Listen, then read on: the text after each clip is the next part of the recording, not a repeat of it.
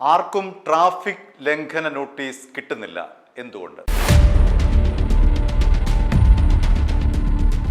വാഹന ഉടമകളായ നമ്മൾ ഒന്ന് സ്വയം പരിശോധിച്ചാൽ കഴിഞ്ഞ ഏതാനും മാസങ്ങളിലായി നമുക്ക് ട്രാഫിക് നിയമ ലംഘനത്തിനുള്ള നോട്ടീസ് MVDയുടെ ഭാഗത്ത് നിന്ന് വരുന്നില്ല.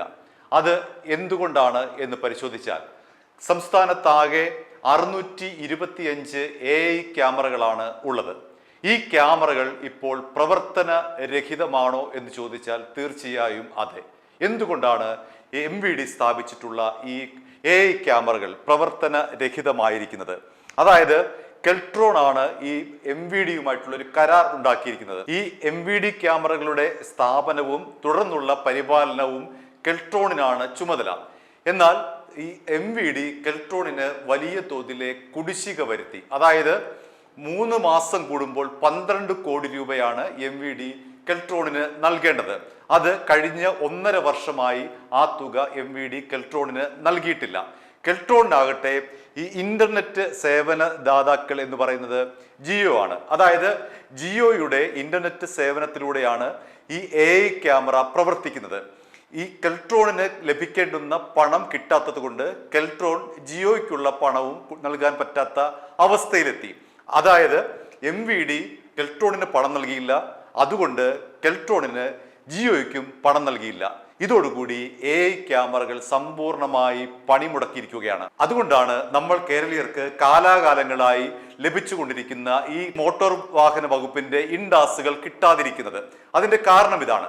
പക്ഷേ മോട്ടോർ വാഹന വകുപ്പ് പറയുന്നത് AI ക്യാമറകൾ ഈ ഇന്റർനെറ്റ് സേവനം AI ക്യാമറയിൽ ലഭ്യമല്ല എങ്കിലും നമ്മൾ നടത്തുന്ന ട്രാഫിക് നിയമ ലംഘനങ്ങളെല്ലാം തന്നെ ഈ ക്യാമറകൾ പകർത്തുന്നുണ്ട് എന്നും അത് സെർവറിൽ സൂക്ഷിക്കുന്നുണ്ട് എന്നുമാണ്. ഇന്റർനെറ്റ് സേവനം പുനഃസ്ഥാപിക്കുന്നതോടുകൂടി, അതായത് ഈ നിശ്ചിത എമൗണ്ട് മോട്ടോർ വാഹന വകുപ്പ് നൽകേണ്ടുന്ന ഇത്രയും വലിയ തുക, ഏതാണ്ട് 90 കോടിയോളം രൂപ വരും, അത്രയും കോടി രൂപ കെൽട്രോണിന് കൊടുക്കുമ്പോൾ കെൽട്രോൺ അത് വീണ്ടും ജിയോയ്ക്ക് കൊടുത്തുകൊണ്ട് ഇന്റർനെറ്റ് പുനഃസ്ഥാപിക്കുമ്പോൾ ഇപ്പോഴുള്ള ഈ ഒരു ദൃശ്യങ്ങളെല്ലാം തന്നെ വീണ്ടെടുക്കാനാകും. അങ്ങനെ ഇപ്പോൾ നമുക്ക് ലഭിക്കാതിരിക്കുന്ന ഇൻഡാസുകളൊക്കെ വന്നു തുടങ്ങുമെന്നാണ് വാദം. എന്നാൽ ഇത് ഒരു പരിധിവരെ ശരിയാണ്, സാങ്കേതികമായി അംഗീകരിക്കാം.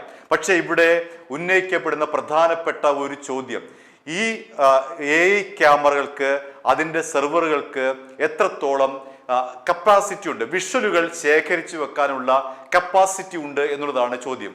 അവിടെയാണ് യഥാർത്ഥത്തിലുള്ള സാങ്കേതിക പിഴവ് നിൽക്കുന്നത്. അവിടെയാണ് കേരളത്തിലെ ഗുരുതരമായിട്ടുള്ള ഒരു അവസ്ഥയും സംജാതമാകുന്നത്. അതായത് കേരളത്തിലെ റോഡുകളിൽ AI ക്യാമറ സ്ഥാപിച്ചിട്ടുള്ള ഏതെങ്കിലും ഒരു റോഡുകളിൽ ഒരു ക്രൈം നടന്നാലോ ഒരു വാഹന അപകടം നടന്നാലോ അതിൻ്റെ ബാക്കപ്പ് എടുക്കാനുള്ള സംവിധാനം ഇവിടെ ഇല്ല എന്നുള്ളതാണ് യാഥാർത്ഥ്യം. അതുകൊണ്ട് കേരളത്തിലെ പൊതുനിരത്തുകൾ ഉണ്ടാകുന്ന വാഹന അപകടം അല്ലെങ്കിൽ അവിടെ നടക്കുന്ന ഏതെങ്കിലും തരത്തിലെ ക്രൈം സൂക്ഷിച്ചു വെക്കാനുള്ള, ആ ദൃശ്യങ്ങൾ സൂക്ഷിച്ചു വെക്കാനുള്ള സംവിധാനം ഇല്ല എന്നുള്ളതാണ് ഈ AI ക്യാമറയുമായി ബന്ധപ്പെട്ട് ഞെട്ടിപ്പിക്കുന്ന ഒരു യാഥാർത്ഥ്യം. അതുകൊണ്ട് ഈ പഴുത് ക്രിമിനലുകൾക്ക് ഉപയോഗിക്കാൻ കഴിയും എന്നുള്ളതാണ് ഇവിടെ ഉയരുന്ന പ്രധാനപ്പെട്ട ഒരു പ്രതിസന്ധി. അതായത് AI ക്യാമറകൾക്ക് വിഷ്വലുകൾ ശേഖരിച്ചു വെക്കാൻ തക്ക വിധമുള്ള വലിപ്പമുള്ള സെർവറുകളില്ല. അവിടെ സ്റ്റിൽ ഫോട്ടോകൾ, നമ്മൾ നടത്തുന്ന നിയമലംഘനങ്ങൾ, നമ്മൾ ഒരുപക്ഷെ ഈ റെഡ് ലൈറ്റ് ക്രോസ് ചെയ്ത് പോകുമ്പോഴുള്ള ആ സ്റ്റില്ലുകൾ അവിടെ സൂക്ഷിക്കാൻ കഴിയും, സെർവറുകളിൽ സൂക്ഷിക്കാൻ കഴിയും. പക്ഷേ വലിയ ഫുട്ടേജുകൾ, വലിയ ദൃശ്യങ്ങൾ അവിടെ ശേഖരിച്ചു വെക്കാനുള്ള സാങ്കേതികമായിട്ടുള്ള സംവിധാനം ഇല്ല എന്നുള്ളതാണ് ഞെട്ടിപ്പിക്കുന്ന യാഥാർത്ഥ്യം. അപ്പോൾ നമ്മളിവിടെ സ്വാഭാവികമായി ഉന്നയിക്കുന്ന ചോദ്യമുണ്ട്.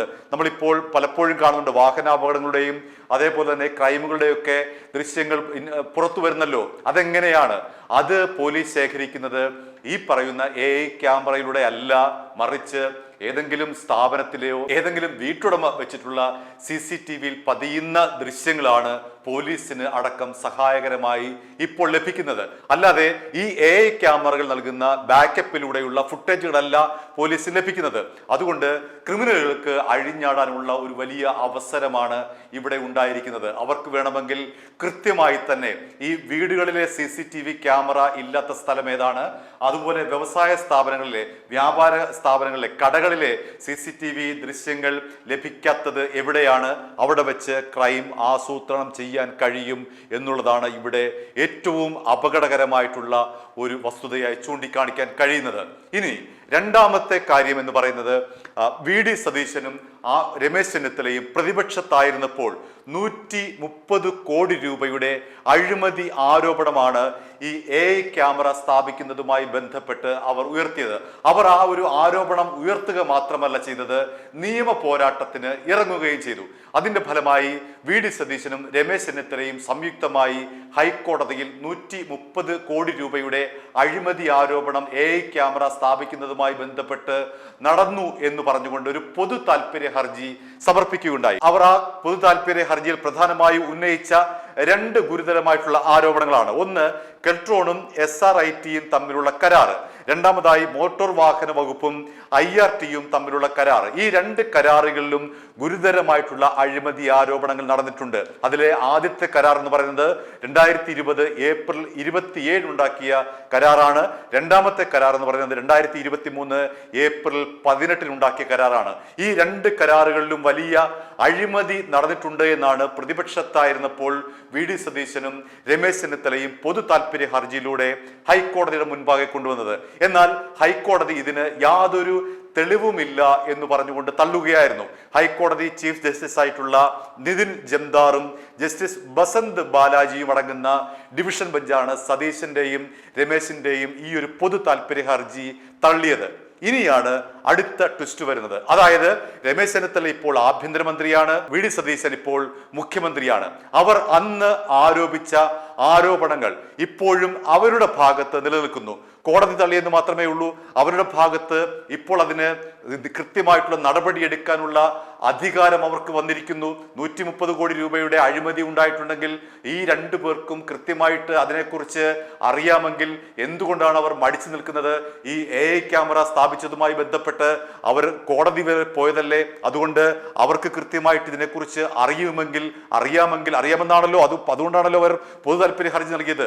എന്തുകൊണ്ടാണ് അവർ ഈ പൊതു താല്പര്യ ഹർജിയിൽ അന്ന് ഉന്നയിച്ച ആരോപണങ്ങൾ ഇപ്പോൾ, അതായത് 2 പേരുടെയും പക്കൽ അധികാരമുള്ളപ്പോൾ എന്തുകൊണ്ടാണ് അവർ അന്ന് ഉന്നയിച്ച ആരോപണങ്ങൾ ഇപ്പോൾ അന്വേഷിക്കാൻ മടിക്കുന്നത്? എന്തുകൊണ്ടാണ് VD സതീശൻ മടിക്കുന്നത്? എന്തുകൊണ്ടാണ് രമേശ് ചെന്നിത്തല ഇത്രയും വലിയ ആരോപണങ്ങൾ അന്ന് നിങ്ങൾ പൊതു താല്പര്യ ഹർജിയായിട്ട് ഹൈക്കോടതിയിൽ കൊണ്ടുവന്നതല്ലേ? എന്തുകൊണ്ടാണ് നിങ്ങൾ ഇപ്പോൾ 2 പേർക്കും അധികാരമുണ്ട്, എന്തുകൊണ്ടാണ് അത് അന്വേഷിക്കാൻ മടിക്കുന്നത്? അവിടെ എന്താണ് നിങ്ങൾക്ക് തടസ്സം? അതാണ് ഇവിടെ ഉയരുന്ന മറ്റൊരു ധാർമ്മികമായിട്ടും നിയമപരമായിട്ടും ഉയരുന്ന ചോദ്യം. രമേശ് ചെന്നിത്തലയും VD സതീശനും ഇപ്പോൾ കൃത്യമായിട്ടുള്ള അധികാരം, ഏറ്റവും വലിയ അധികാരമാണ് 2 പേർക്കുമുള്ളത്. ഒരാൾ മുഖ്യമന്ത്രിയാണ്, ഒരാൾ ആഭ്യന്തരമന്ത്രിയാണ്. ഈ 2 അധികാരവും ഉപയോഗിച്ചുകൊണ്ട് അവർ അന്ന് ഉന്നയിച്ചിരുന്ന ഈ 130 കോടി രൂപയുടെ അഴിമതി ആരോപണം എന്തുകൊണ്ടാണ് അന്വേഷിക്കാൻ മടിക്കുന്നത്? അവിടെയാണ് മറ്റൊരു പ്രതിസന്ധി. ചുരുക്കത്തിൽ AI ക്യാമറയുമായി ബന്ധപ്പെട്ട് 2 കാര്യങ്ങളാണ് നമുക്ക് ഉന്നയിക്കാനുള്ളത്. ഒന്ന്, ഈ പറയുന്ന 625 AI ക്യാമറകൾക്ക് കൃത്യമായിട്ടുള്ള ബാക്കപ്പ് ഇല്ല എന്നുള്ള യാഥാർത്ഥ്യം. അതുകൊണ്ട് ക്രൈം നടത്തിക്കഴിഞ്ഞാൽ അവിടെ ഒരു തെളിവിനായി ഈ AI ക്യാമറയെ ആശ്രയിക്കാൻ കഴിയുന്നില്ല. അതാണ് നമ്പർ 1. നമ്പർ 2 എന്ന് പറയുന്നത് രമേശ് ചെന്നിത്തലയും VD സതീശനും പ്രതിപക്ഷത്തായിരുന്നപ്പോൾ ഉന്നയിച്ച 132 കോടി രൂപയുടെ AI ക്യാമറ സ്ഥാപിച്ചതുമായി ബന്ധപ്പെട്ട അഴിമതി എന്തുകൊണ്ടാണ് അവർ അധികാരത്തിൽ വന്നപ്പോൾ അന്വേഷിക്കാതിരിക്കുന്നത്? ഇതാണ് AI ക്യാമറയുമായി ബന്ധപ്പെട്ട ഏറ്റവും സുപ്രധാനമായിട്ടുള്ള 2 കാര്യങ്ങൾ. അതുകൊണ്ട് ആർക്കും ഇപ്പോൾ ട്രാഫിക് ലംഘന നോട്ടീസ് കിട്ടുന്നില്ല, മാസങ്ങളായി കിട്ടുന്നില്ല. അതിന് കാരണം എന്തെന്ന് ചോദിച്ചു കഴിഞ്ഞാൽ ഈ പറയുന്ന കെൽട്രോണിന് വരുത്തിയിട്ടുള്ള കുടിശ്ശിക, കെൽട്രോൺ ജിയോയ്ക്ക് വരുത്തിയിട്ടുള്ള കുടിശ്ശിക. അതുകൊണ്ട് ഏതാണ്ട് 1.5 വർഷത്തോളമായി ഈ ഒരു പ്രവർത്തനം നിലച്ചിരിക്കുകയാണ്. പക്ഷേ മോട്ടോർ വാഹന വകുപ്പ് പറയുന്നത് അങ്ങനെയല്ല. ഇവിടെ നിങ്ങളുടെ ട്രാഫിക് നിയമലംഘനം ഞങ്ങൾ പകർത്തുന്നുണ്ട്. ഈ ജിയോ വീണ്ടും പുനഃസ്ഥാപിച്ചു കഴിഞ്ഞാൽ എല്ലാ ട്രാഫിക് നിയമലംഘനങ്ങളും പഴയതുപോലെ നോട്ടീസ് നൽകി കൊടുക്കുമെന്നാണ് അവർ പറയുന്നത്. നോട്ടീസ് കിട്ടിത്തുടങ്ങുമെന്നാണ് അവർ പറയുന്നത്. പക്ഷേ എത്രത്തോളം ഇക്കാര്യത്തിൽ വിശ്വസിക്കാൻ കഴിയും എന്നുള്ളത് നമുക്ക് കാത്തിരുന്ന് കാണേണ്ട കാര്യമാണ്. i2i News, an eye for truth.